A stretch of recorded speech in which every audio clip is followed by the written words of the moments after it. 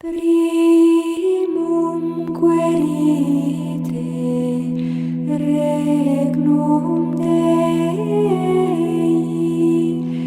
et omnia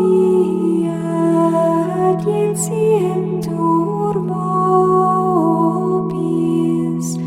dicit Dominus.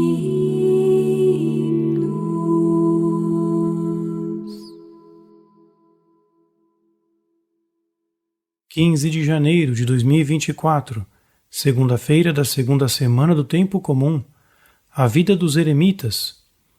No calendário tradicional, hoje é a memória de São Paulo, o eremita. Portanto, ouviremos a leitura apropriada para essa ocasião. Se preferir uma meditação que corresponda ao calendário atual, você pode encontrá-la neste link. Carta aos Filipenses, capítulo 3, versículos de 7 a 12.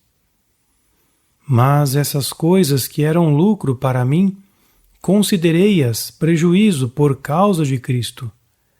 Mais que isso, julgo que tudo é prejuízo diante deste bem supremo, que é o conhecimento do Cristo Jesus, meu Senhor. Por causa dele, perdi tudo e considero tudo como lixo, a fim de ganhar Cristo e ser encontrado unido a ele. E isto não com a minha justiça que vem da lei, mas com a justiça que vem pela fé em Cristo, a justiça que vem de Deus, fundada na fé. É assim que eu conheço Cristo, a força da sua ressurreição e a comunhão com os seus sofrimentos, tornando-me semelhante a ele na sua morte, para ver se chego até a ressurreição dentre os mortos.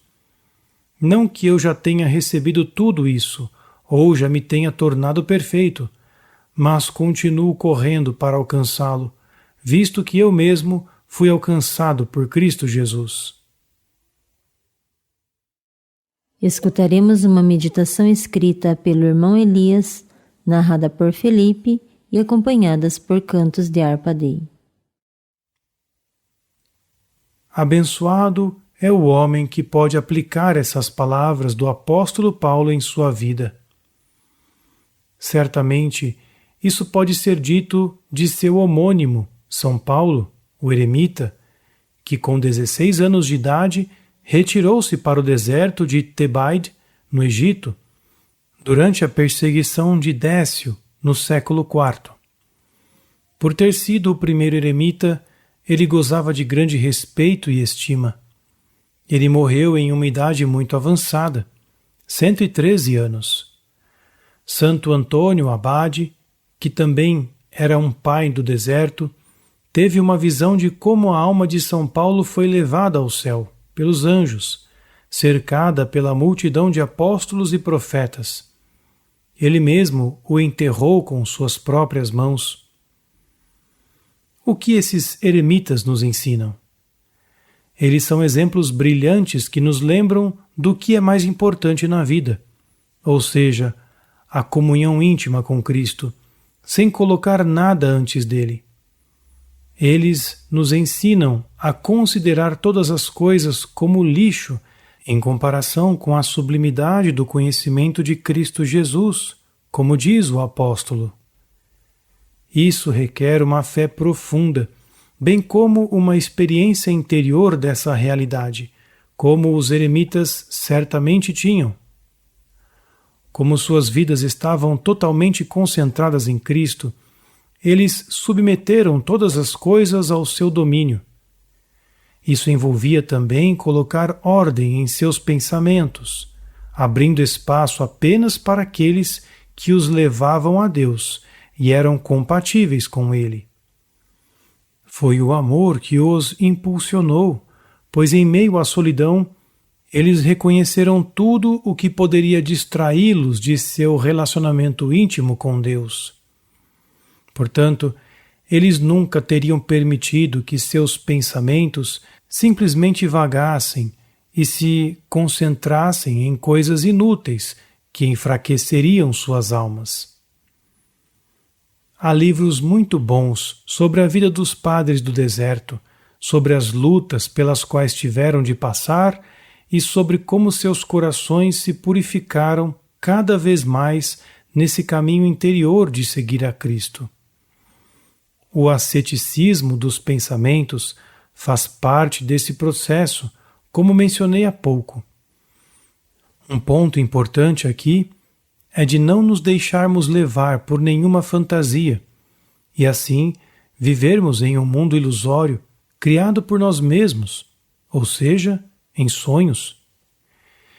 Isso é o que os padres do deserto chamam de quimeras, que devem ser combatidas com determinação. Se você estiver interessado no asceticismo dos pensamentos, recomendo que ouça uma palestra que dei sobre esse assunto. A vida de um verdadeiro eremita é como um despertar para a realidade amorosa de Deus que envolve a todos nós. Aqui, todas as circunstâncias da vida são voltadas para a realização do que São Paulo descreveu com tanta propriedade. Esquecendo-me do que fica para trás, uma coisa pretendo: prosseguir para o que está adiante. A vida dos eremitas produz muitos frutos para toda a humanidade. Com cada luta contra todos os tipos de tentações em que saem vitoriosos pela força de Deus, eles enfraquecem o poder do mal. Ao crescer constantemente no amor, eles fazem a luz do Senhor brilhar mais intensamente na escuridão deste mundo. Certamente os eremitas entendem sua vida, nesse sentido, como um ato de amor incondicional a Deus e de profundo amor ao próximo. Mesmo que sigamos o Senhor em outras circunstâncias da vida, o que podemos aprender com os eremitas? Com a mesma incondicionalidade, devemos dar ao Senhor o primeiro lugar em tudo. É somente a partir desse princípio que surge a ordem espiritual que molda nossa vida a partir do essencial. Não devemos viver absorvidos pelas coisas deste mundo e, além disso, pensar um pouco em Deus. Pelo contrário, toda a nossa vida deve ser moldada e permeada pelo Senhor. Além disso, a leitura de hoje e o exemplo dos eremitas nos fazem perceber que não devemos nos deixar distrair pelas coisas deste mundo a ponto de perdermos o Senhor de vista.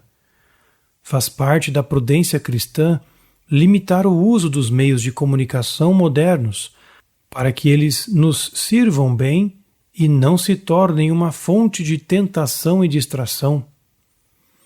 Se vivermos demais no mundo da mídia, ficaremos cada vez mais imersos em um mundo irreal e virtual, que não corresponde à vida natural real, muito menos à vida espiritual. Outra coisa que devemos aprender com os eremitas do deserto é como orar de forma frutífera. Isso não é apenas extremamente importante para a nossa vida espiritual pessoal, mas também é a contribuição que nós, como cristãos, somos chamados a dar nessa situação difícil em que o mundo e, infelizmente, também a Igreja se encontram. Falarei sobre isso com mais detalhes na meditação de 17 de janeiro, dia em que a memória de Santo Antônio Abade é celebrada tanto no calendário tradicional quanto no atual. O verso da comunhão que ouvimos hoje diz: buscai em primeiro lugar o reino de Deus e a sua justiça, e todas estas coisas vos serão dadas em acréscimo. Primum querite regnum Dei et omnia adientientur vobis dicit Dominum. Melius est modicum justo, per divitias peccatorum multas. Primum querite regnum Dei, et omnia adientientur